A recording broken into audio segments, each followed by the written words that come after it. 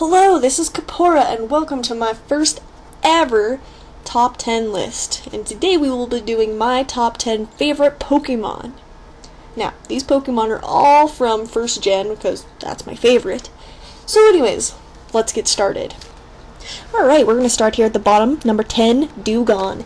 Dewgong is the final and only evolution of Seal, being a water and ice Pokemon.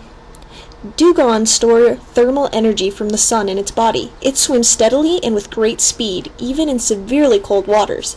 With its special rest technique, Dewgong can bring itself back to full health, but then it will need to skip 2 turns in battle. Next, at number 9, we have Articuno, the ice legendary bird.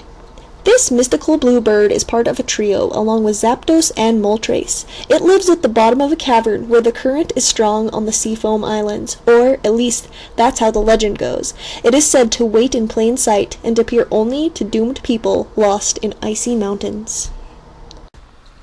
At number 8 we have Charmander.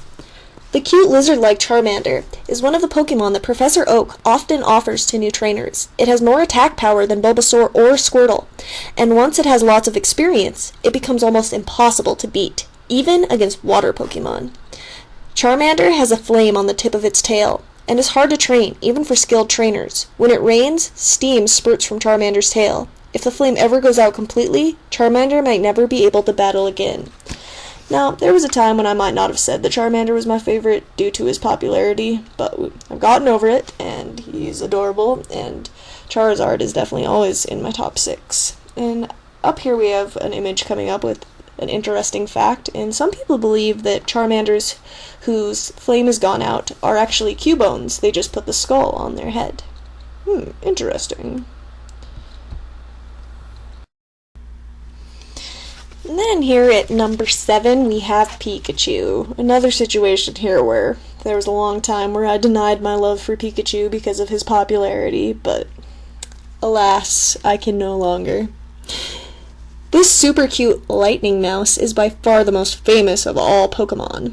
Pikachu can zap an opponent with its electric power just by squeezing its cheeks. But be careful not to keep too many Pikachu in the same place. They have so much electricity that they can cause lightning storms and power outages in nearby cities. And not to mention, Pikachu's he's a pretty strong Pokemon, and I always, evolve him up to a Raichu, and he's always in my top 6. Next up, at number 6, we have Butterfree. When fighting, Butterfree flaps its wings very fast, filling the air with toxic dust. 2 of its favorite attacks are Sleep Powder, which sends an enemy snoozing, and Stun Spore, which paralyzes an enemy so it can't move. Be sure to keep lots of Awakening Potion in your first aid kit before doing battle with this beautiful but dangerous Pokemon. I think the reason, I like him a lot because I just think he's super adorable, and so are Caterpie and Metapod. I'll use him at the beginning of my game usually, but he definitely gets weaned off. I don't know. Bug Pokemon just really aren't for me. He's kind of more of a aesthetic favorite. Number 5, we have Gyarados. It's hard to believe that this large, snake-like creature evolved from that weak Magikarp. Even more amazing is that it changed from a single water element into a dual water flying element.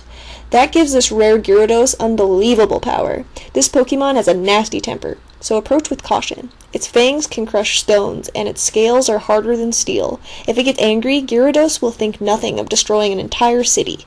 Its Dragon Rage technique can cause typhoons and terrible sea storms. Gyarados is legendary among sailors. A reason I think he's one of my favorites is because it takes so long to get Magikarp to Gyarados, and it's a very fulfilling feeling once you have him because he is powerful and he is awesome. And I have a lot of water Pokemon on this list, but I probably usually would use Gyarados. Next at number 4 we have Psyduck. Psyduck uses the mysterious power of its mind to hypnotize its enemy with an empty, spooky stare.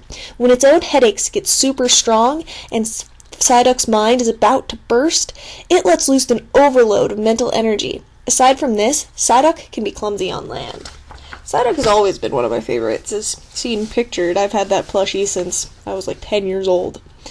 And also, he's one of my very favorites on the anime. Next up at number 3 we have Gloom. Like most grass Pokemon, Gloom can't move very well, but it doesn't have to, with attacks like Poison Powder and Stun Spore.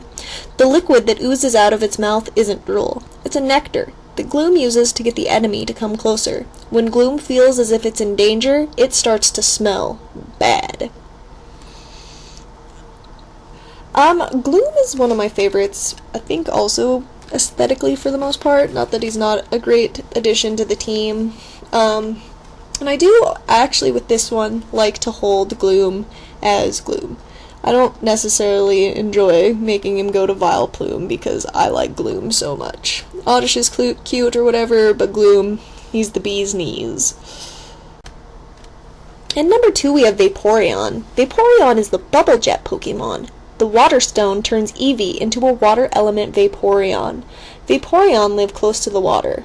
Because its long, beautiful tail is edged with a fin, many people think it's a mermaid. This talented Pokemon can melt into water and make itself disappear. Vaporeon has always been my favorite of the evolutions, but to be honest with you, I love Eevee. And I love Flareon and Jolteon. They're all awesome, and they really all could have made the list. And at number 1 we have Gengar. Gengar is a ghastly ghoul and a mischievous mite. When there is a full moon, this Pokemon likes to scare people by pretending to be their shadow. Then Gengar laughs at their fear. Gengar is my favorite Pokemon. When I was a child, I had a Gengar pencil case, and it grieves me to this day that I do not have it anymore. Not only is he intimidating, he is a powerhouse. I have never played through the game without getting Gengar. He is kind of a little bit difficult to get back in the day because you have to trade Haunter to get him. Thank you so much for watching. I hope you enjoyed my top 10 favorite Pokemon. Feel free, and I'd love to hear what your favorite Pokemon are, so throw them in the comments. I'd like to do some more top 10 lists, so any suggestions I'm open to. Please subscribe and like my page so you can see more from me, Kapora. Peace!